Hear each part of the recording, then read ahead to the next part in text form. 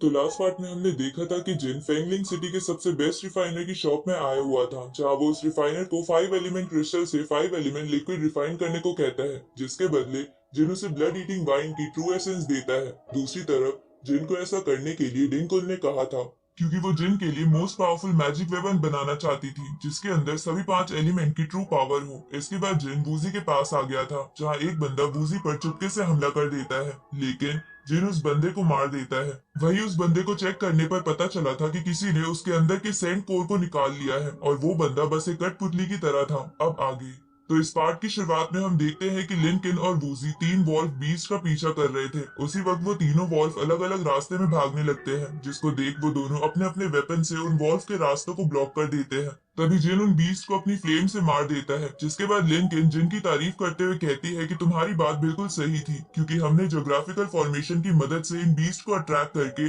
काफी आसानी से हंट कर लिया। इस पर जेनस से कहता है कि ऐसा इसलिए है क्योंकि मैं एक जीनियस हूँ। इसके बाद वो उन बीस्ट की कोर निकालकर वूजी को दे देता है, तो उन कोर को अपने पास रखकर वूजी जिन को थैंक्स करते हुए कहती है कि ये मटेरियल मेरे वेपन को बनाने के लिए परफेक्ट है। उसी वक्त जियाओ बाई वहां से भागकर जंगल की तरफ जाने लगती है, जिसको देखकर वो तीनों भी उसका पीछा करते हैं। जहां वो तीनों जियाओ बाई का पीछा करते करते एक केव के अंदर लेक के पास पहुंच जाते हैं, तो उस लेक को देखकर डिंकुन कहने लगती है कि क्या जियाओ बाई को यहाँ कुछ सेंस हुआ है, लेकिन मुझे तो कोई खास ऑरा यहाँ फील नहीं हो रहा। तभी जिन वहाँ एक एनर्जी चारों तरफ फैलाने लगता है, जिसके कारण वहाँ एक ट्री आ जाता है। तो उस ट्री को देखकर जिन कहने लगता है कि ये तो गोल्डन टिप्ड स्पिरिट ट्री है, जो कि यहाँ बनी फॉर्मेशन के कारण इनविजिबल थी। इधर वूजी ये देखकर हैरान थी कि जिन ने इतनी आसानी से इस केव के सीक्रेट को ढूंढ लिया। इसलिए वो अपने मन में सोचने लगती है कि इस लड़के की नॉलेज तो दूसरों के मुकाबले बहुत ज्यादा है। इधर जिन उस ट्री के पास आकर कहता है कि ये 1000 ईयर ओल्ड स्पिरिट ट्री है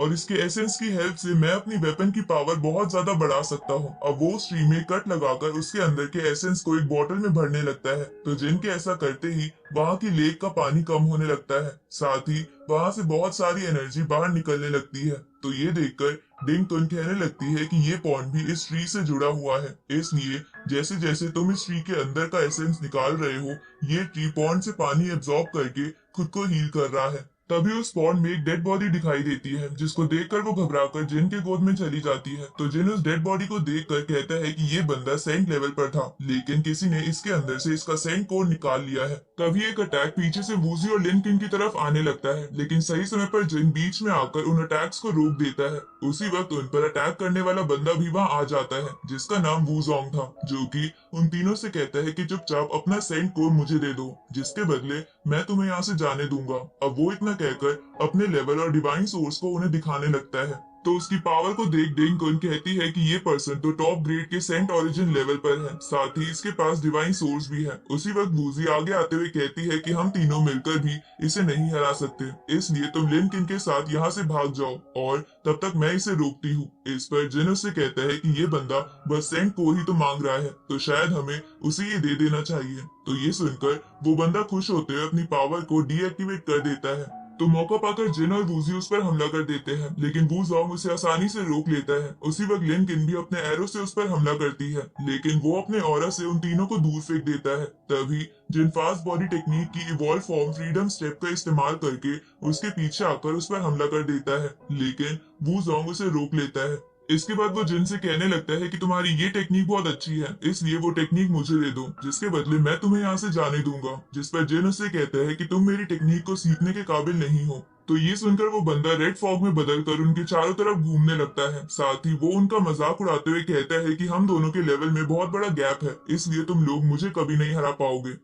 तभी जिन अपनी स्पेशल आई से वूजोंग की लोकेशन देख लेता है और उस पर हमला करने के लिए जाने लगता है, लेकिन जिन के उसके पास पहुंचने से पहले ही वो लिनकिन के पास पहुंचकर उसके गले पर अपने डैगर को रख देता है। इसके बाद वो हंसते हुए कहने लगता है कि बच्चे तुम सच में बहुत स्ट्रांग हो, लेकिन देखते हैं तुम इस लड़की को बचा पाते हो या नहीं। अब वो इतना कहकर लिनकिन को एक फॉर्मेशन के अंदर फेंक देता है। तो ये देखकर जिन उसे बचाने के लिए उसके पीछे जाता है, लेकिन वो बंदा जिन के पीछे आकर उस पर अपने डैगर से हमला कर देता है, पर जिन का मिरर ट्रेजर उसे प्रोटेक्ट कर लेता है। उसी वक्त वहाँ मूचैन नाम का बंदा आकर वूजोंग की फॉर्मेशन को डिस्ट्रॉय करते हुए लिन किन को बचा लेता है। तो मूचैन को देखकर वूजोंग कहने लगता है कि आखिर तुम यहाँ क्या कर रहे हो। इस पर मूचैन उसे बताता है कि क्या तुम्हें पता है कि तुम जिसे मारने की कोशिश कर रहे थे वो कौन है। अब वो उसे बताता है कि लिन किन सुप्रीम लियो की बेटी है। तो ये सुनकर वूजोंग बिना कुछ बोले वहां से भाग जाता है। तो उसके जाने के बाद जिन चौंकते हुए कहता है कि क्या सच में लिन किन सुप्रीम की डॉटर है। अगले सीन में हम उन सभी को फेंगलिंग सिटी के पैलेस में देखते हैं, जहां फेंगलिंग सिटी का सेक मास्टर फेंग शियानी लिन किन से माफी मांगते हुए कहता है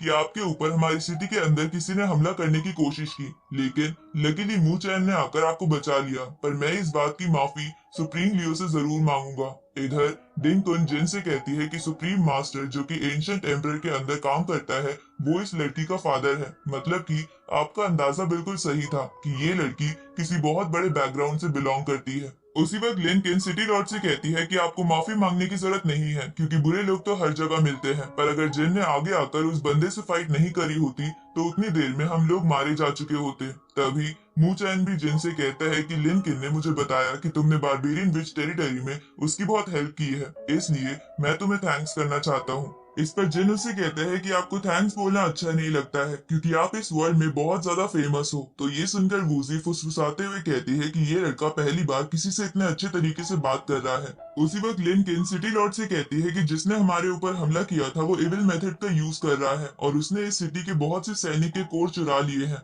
इस पर फेंग शियानी उससे कहता है कि सेंट कोर के लिए फाइट होना तो मामूली बात है, लेकिन आप चिंता मत करिए, हम उस इविल प्रैक्टिशनर को पकड़ लेंगे। साथ ही वो उससे कहता है कि अगर आप यहाँ आ ही गई हैं तो क्यों न यहाँ कुछ दिन हमारे पैलेस में रुक जाइए।